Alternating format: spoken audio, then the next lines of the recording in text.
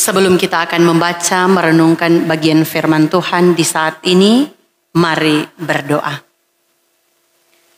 Ya Tuhan yang adalah firman kebenaran dan hidup, di saat ini kami sebagai persekutuan Jemaat Gemim Sion Madidir Ure, kami telah siap untuk membaca dan merenungkan berita firman-Mu. Mampukanlah kami Tuhan untuk dapat memahami, mengerti firman yang akan kami baca dan renungkan bersama. Berkati hamba-Mu yang akan membawakan firman, biarlah hamba dapat berkata-kata hanya seturut dan sesuai dengan kehendak-Mu. Berfirmanlah Engkau ya Tuhan Allah, karena kami yang ada di tempat ini telah siap sedia untuk membaca dan merenungkan berita firman-Mu. Amin. Di hari yang pertama di bulan Januari tahun 2023, di saat ini kita akan merenungkan bersama dalam kitab Kudus Perjanjian Baru, Efesus pasalnya yang ketiga, ayat 16 hingga ayatnya yang ke-21. Sekali lagi, Efesus pasalnya yang ketiga, ayat 16 hingga ayatnya yang ke-21.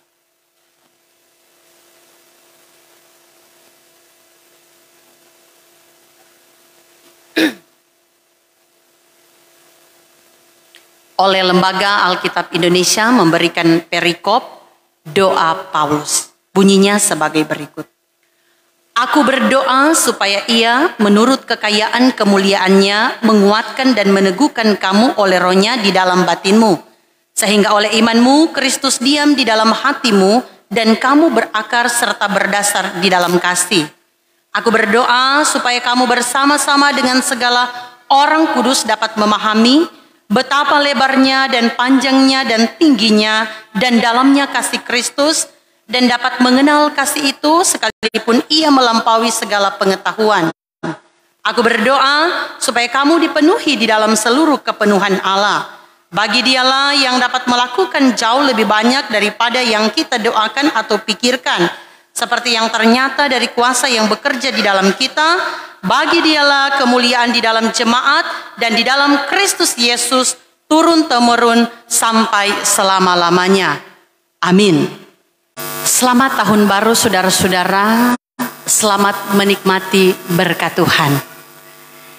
Inilah hari yang berbahagia yang dijadikan Tuhan di dalam perjalanan kehidupan kita sebagai persekutuan Jemaat Gemim Sion Madidir Ure.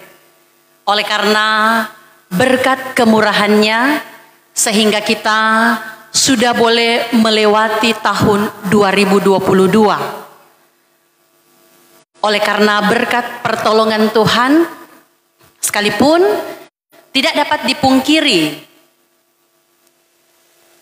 dalam menapaki kehidupan di tahun 2022 ada begitu banyak tantangan, rintangan yang kita hadapi.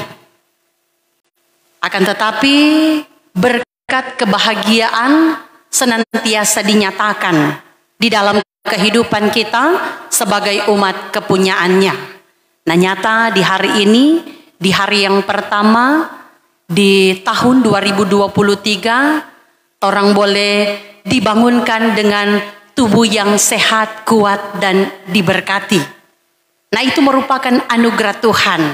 Karena ada begitu banyak saudara-saudara kita yang ada di luar sana yang tidak sampai di tahun 2023. Tuhan cuma memberikan kesempatan mereka hidup sampai di tahun 2022.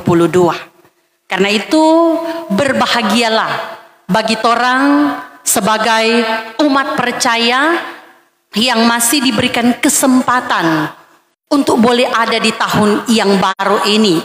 Dan tentu ketika Tuhan memberikan kesempatan bagi kita untuk ada di tahun 2023 ini, itu berarti Tuhan masih mau memakai kehidupan kita untuk menjadi alat kesaksian. Ketika kita diberikan kesempatan untuk ada di tahun yang baru ini, berarti Tuhan masih mau memberikan waktu bagi kita untuk terus berkarya, menggapai apapun yang menjadi harapan dan cita-cita. Ya mungkin di tahun 2022 ada di antara saudara-saudara yang bercita-cita, misalnya ada cita-cita di tahun 2022 kalau Tuhan berkenan membangun rumah. Atau mungkin membeli kendaraan untuk memenuhi kebutuhan dalam menjalani kehidupan ini. Ada yang tercapai tetapi ada mungkin yang belum tercapai. Ya inilah waktunya yang diberikan Tuhan kepada kita untuk terus berusaha di dalam menggapai apa yang menjadi harapan dan cita-cita. Tetapi jangan katut orang cuma minta-minta Pak Tuhan kasih berkat Pak orang. Karena dalam realita kehidupan yang terjadi ada begitu banyak orang yang cuma menuntut Tuhan kita suka ini itu. Tetapi pada kenyataannya nih mau melakukan apa yang menjadi kehendak Tuhan. Misalnya nih mau pergi di tempat ibadah, tidak mampu untuk hidup di dalam ketaatan dan kesetiaan, suka melakukan hal-hal yang tidak berkenan di hadapan Tuhan. Ya bagaimana Tuhan mau berkati? Pat orang kalau orang sendiri tidak melakukan hal-hal yang dikehendaki oleh Tuhan. Karena itu mari terus mengintrospeksi diri. Tuhan telah memberikan yang terbaik bagi saya dan saudara-saudara. Mari orang pertanyakan di dalam diri kita pribadi. Apakah selama menjalani kehidupan ini orang telah memberikan yang terbaik untuk Tuhan? Apakah kita sudah mampu memaknai kesempatan hidup yang diberikan? Karena yang paling terpenting dalam kehidupan ini bukan berapa lamanya orang hidup dan berkarya, tetapi selama hidup apa yang orang sobeking. Apakah kehidupan yang orang jalani sudah menjadi berkat atau sebaliknya hanya menjadi batu sandungan bagi orang lain. Nah di tahun yang baru ini saudara-saudara, tema mingguan kita yaitu mengawali era baru dengan doa. Jadi di momen ini kita diajak agar supaya mengawali hari yang baru dengan berdoa. Karena doa merupakan hak istimewa yang diberikan oleh Tuhan kepada kita. Lewat doa orang dapat berkomunikasi, dapat berbicara, bersekutu dengan Tuhan.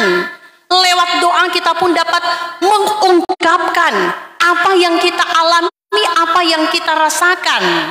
Cuma banyak kali orang berdoa Pak Tuhan kalau ada pergumulan.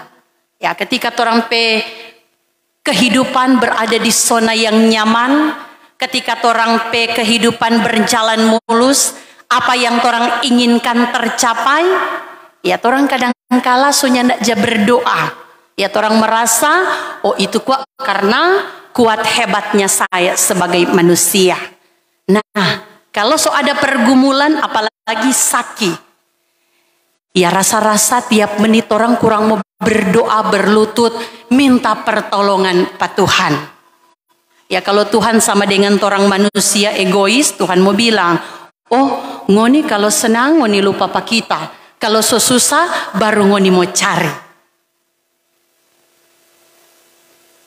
Tetapi bersyukur bahwa Tuhan yang kita sembah tidaklah demikian. Tuhan yang kita sembah dia adalah Alfa dan Omega, yang awal dan yang akhir, yang terus menyatakan kebaikan di dalam perjalanan kehidupan kita. Nah oleh karena itu dalam menapaki kehidupan ini, marilah kita selalu berdoa kepada Tuhan. Sebagaimana dalam pembacaan firman Tuhan di saat ini dalam Efesus pasal 3 ayat 16 hingga ayatnya yang ke-21.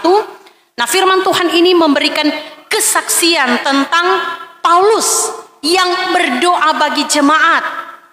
Sekalipun Paulus sibuk dalam menjalankan tugas pemberitaan Injil, tetapi dia juga masih mempunyai kesempatan untuk berdoa kepada Tuhan karena dia yakin dan percaya bahwa Tuhan adalah sumber pertolongan. Tanpa Tuhan dia tidak bisa apa-apa. Makanya dalam pembacaan firman Tuhan di saat ini menjelaskan bahwa Paulus, dia senantiasa mendoakan jemaat.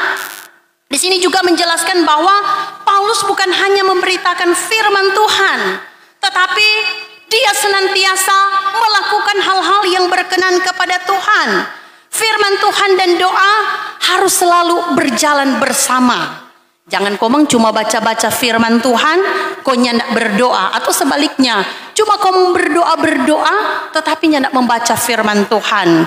Karena dua hal ini sangat penting dalam kehidupan kita, apalagi di dalam menapaki kehidupan di zaman now. Ya kalau orang nyandak baca Alkitab, ya orang mudah saja terpengaruh dengan hal-hal yang berada di sekitar. Karena hanya firman Tuhan yang dapat memampukan kita untuk terus bijaksana di dalam menapaki kehidupan ini. Nah, di dalam doanya Rasul Paulus memohon supaya Allah senantiasa memelihara setiap jemaat Efesus di dalam segala pergumulan iman mereka. Karena pada waktu itu memang jemaat Efesus tengah diperhadapkan dengan berbagai tantangan dan rintangan. Karena itu Paulus mengingatkan supaya ini jemaat Efesus dorangnya nak terpengaruh dengan hal-hal yang berada di sekitar. Jangan sampai pergumulan yang mereka hadapi mempengaruhi percaya mereka kepada Tuhan. Karena itu dia meneguhkan, menguatkan iman percaya. Dia kasih ingat jemaat Efesus, ngoni harus senantiasa berharap kepada Tuhan. Hidup di dalam ketaatan dan kesetiaan. Yakni yang pertama, ketika jemaat dikuatkan dan diteguhkan imannya dengan tujuan agar supaya mereka dapat berakar dalam Kristus. Tanpa dikuatkan Allah dan berakar dalam Kristus, maka iman seseorang akan runtuh. Ya karena itu orang sebagai orang percaya, ya orang harus senantiasa membaca merenungkan berita firman Tuhan. Karena firman Tuhan yang akan membuat kita bertumbuh berakar, bahkan juga kita akan dimampukan untuk terus bijaksana di dalam menapaki kehidupan. Jangan baca Alkitab nanti ditampa ibadah. Karena banyak yang seperti itu. Ya kalau pendeta boleh mau cek siapa di sini yang pernah baca kitab Kejadian sampai Wahyu. Boleh angkat tangan? Ada yang pernah baca? Ya belum Kang. Ya berarti belum terlambat saudara-saudara. Tahun 2023 Tuhan masih memberikan kesempatan bagi kita untuk belajar. Orang baca firman Tuhan dalam kitab Kejadian sampai kitab Wahyu. Tiap hari orang baca biar cuma 1 atau 2 pasal, ya tentu lama-lama akan semakin banyak pengetahuan yang akan orang dapatkan. Ya karena orang mesti banyak belajar firman Tuhan. Kalau orang cuma baca cuma baca penggal-penggal, ya kadangkala orang juga salah memahami akan maksud firman Tuhan. Tetapi kalau orang mau baca mulai dari awal, ya orang akan dapat tahu DP jalan cerita. Dan tentu ini juga menuntun kita supaya orang akan hidup sesuai dengan apa yang dikehendaki oleh Tuhan. Dan yang kedua saudara-saudara, jemaat mengerti rencana keselamatan yang telah dirancangkan Allah. Meski rancangan keselamatan itu dikatakan sangat lebar, sangat panjang, tinggi, dan dalam melampaui pengetahuan manusia. Nah, di dalam doanya Paulus rindu supaya ini jemaat dorang takjub akan pengenalan ini, sehingga hidup mereka semakin indah dan hidup mereka semakin berkenan kepada Tuhan. Nah, belajar dari bagian firman Tuhan di pagi hari ini saudara-saudara tentu memberikan pengajaran dan penguatan iman. Semangat bagi kita di dalam menjalankan tugas kerja dan pelayanan dalam memperjuangkan kehidupan di era yang baru ini. Sebagaimana tema dalam persekutuan ibadah di saat ini, yaitu mengawali era baru dengan doa. Doakanlah suamimu, doakanlah istrimu, doakan orang tua, doakan anak-anak, entah pelayan Tuhan. Bahkan orang yang sekalipun dia anggap musuh patorang, ya mungkin ini hal yang sulit untuk orang lakukan ketika orang mau kasih berdoa orang pemusuh. Apalagi orang mengingat, aduh di tahun 2022 bukan main jadi senantiasa menyatakan kebaikan di dalam kehidupan kita. Ya memang kadangkala orang sebagai manusia orang kecewa ketika orang berdoa, orang rasa belum dijawab-jawab oleh Tuhan. Ya memang waktu Tuhan berbeda dengan waktunya kita manusia. Kalau orang manusia hari ini orang berdoa, Tuhan kita suka kita hari ini ada doi. Ya orang suka langsung dapat. Atau Tuhan kita suka hari ini kita sama sembuh dari kita penyakit. Ya tetapi tidaklah demikian. Tuhan memberikan apa yang orang butuhkan, bukan apa yang orang inginkan. Karena itu ketika ada di antara kita yang hari ini mungkin berada dalam berbagai pergumulan kehidupan, ada yang mungkin merasa hampir putus asa, marilah datang kepada Tuhan. Mari orang merendahkan hati, memohon supaya Tuhan kasih kuat patorang, kasih kesabaran. Karena apa yang orang alami di dunia ini nyandak sebanding dengan apa yang telah dialami oleh Tuhan. Jadi orang jangan pernah merasa takut dan khawatir di dalam menapaki kehidupan ini. Apalagi orang mau memasuki tahun yang baru ini, tahun rahmat Tuhan. Ya tentu orang belum tahu apa yang akan terjadi di tahun yang baru ini. Tetapi pengalaman di tahun yang baru orang lewati, ketika orang ada pergumulan, ya kemudian pastinya orang akan diperhadapkan juga dengan sukacita. Karena suka duka dipakai oleh Tuhan untuk kebaikan kita. Mungkin sebagai manusia orang memiliki kerinduan, kalau boleh Tuhan kita suka kita kehidupan berjalan dengan mulus. Ya tapi nyandak bisa. Karena pergumulan tantangan datang silih berganti mewarnai kehidupan kita. Karena itu jangan sampai keadaan yang mengalahkan kita. Tetapi kitalah yang harus mengalahkan keadaan yang ada. Mulai di tengah-tengah kehidupan keluarga, orang bangun hubungan komunikasi yang baik antara suami dan istri. Karena kalau orang suami istri nyandak bisa membangun hubungan komunikasi yang baik, nah bagaimana orang mau membangun hubungan komunikasi dengan Tuhan? Jadi orang hiduplah saling mengasihi, saling memahami, saling mengerti, agar supaya kehidupan rukun dan damai terus menjadi bagian di dalam perjalanan kehidupan kita. Berdamailah dengan Tuhan, berdamai dengan sesama, berdamai dengan diri sendiri. Biarlah damai Natal terus menjadi bagian di dalam kehidupan kita. Nyandak cuma di bulan Desember orang merasakan kedamaian, tetapi setiap hari, setiap saat kedamaian harus menjadi bagian di dalam kehidupan kita. Kalau orang hidup damai, tentu orang mampu untuk memaknai waktu hidup, bahkan juga mampu untuk menikmati setiap kehidupan yang diberikan oleh Tuhan.